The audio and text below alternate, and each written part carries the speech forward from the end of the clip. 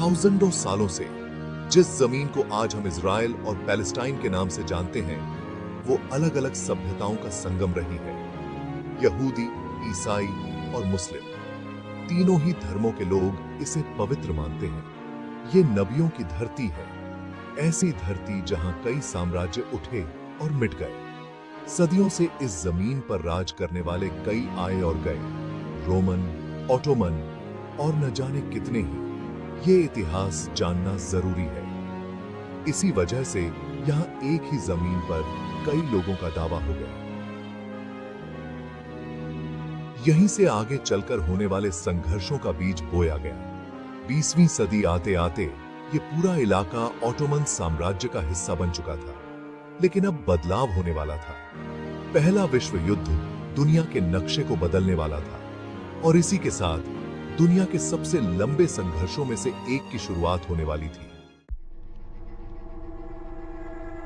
पहले विश्व युद्ध ने ऑटोमन साम्राज्य का अंत कर दिया। जिस जमीन की हम बात कर रहे हैं, वो ब्रिटिश हुकूमत के कब्जे में चली गई। इसे कहते हैं ब्रिटिश मैंडेट फॉर पैलेस्टाइन। इसे कहते हैं 1917 का बाल्फोर डिक्लेरेशन। लेकिन इससे अरब आबादी नाराज हो गई। इससे दोनों समुदायों के बीच अविश्वास और भी गहरा होता गया।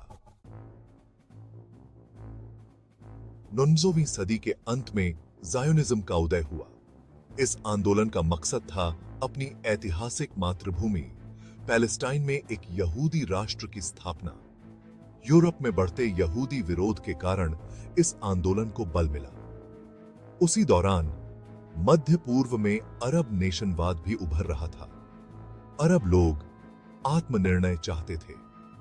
वे यूरोपीय उपनिवेशवाद और यहूदी प्रवासियों के आगमन का विरोध कर रहे थे। दोनों ही पक्ष इस भूमि से गहरा लगाव रखते थे। दोनों की ही आत्मनिर्णय की आकांक्षाएं थीं। इन प्रतिस्पर्धी नेशनवादों ने शांतिपूर्ण सह अस्तित्व को लगभग असंभव बना दिया। बीच में फंसे अंग्रेजों को नियंत्रण बनाए रखने में काफी मशक्कत करनी पड़ रही थी।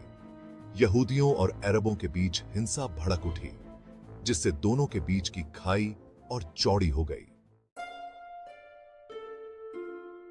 भाग 4, एक राष्ट्र का जन्म, एक संघर्ष की शुरुआत।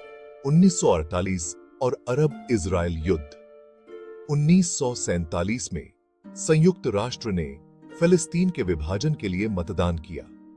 इस योजना के तहत 2 राज्य बनाने थे, एक यहूदी और एक अरब। मई 1948 में इजराइल ने अपनी आजादी का ऐलान किया और उसके तुरंत बाद युद्ध छिड़ गया। इस युद्ध के भयानक परिणाम हुए। इसे अरबी में नकबा कहा जाता है, जिसका अर्थ है तबाही।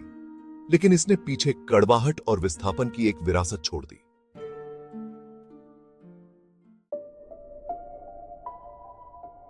भाग 5, संघर्ष के निशान, युद्ध, इंतिफादा और बदलते समीकरण।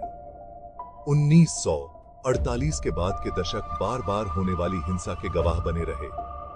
1957 में हुए 6 दिवसीय युद्ध में इजराइल ने और जमीन पर कब्जा कर लिया, जिसमें वेस्ट बैंक और गाजा पट्टी भी शामिल थे। पैलेस्टाइनियों में हताशा बढ़ती गई।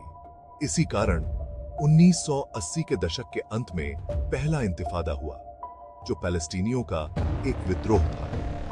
1990 के दशक में हुए ओस्लो समझौते ने उम्मीद की एक किरण जगाई थी, लेकिन 1995 में इजरायली प्रधानमंत्री यित्ज़ाक राबिन की हत्या ने शांति प्रक्रिया को झटका दे दिया। दूसरा इंतिफादा 2000 में शुरू हुआ, जिसमें खुद को बम से उड़ाने की घटनाएं और इजरायली सैन्य अभियान आम थे। हर संघर्ष ने मतभेदों को और गहरा किया, अविश्वास बढ़ाया और शांति को और भी दूर धकेल दिया। भाग 6, आगे एक लंबी राह, शांति की तलाश। इजराइल फिलिस्तीन संघर्ष दुनिया के सबसे जटिल संघर्षों में से एक बना हुआ है। 2 राष्ट्र समाधान, जहां इजराइल के साथ एक स्वतंत्र फिलिस्तीन हो, अभी भी अंतर्नेशोनीय कूटनीति का लक्ष्य है। लेकिन अभी भी कई बाधाएं हैं।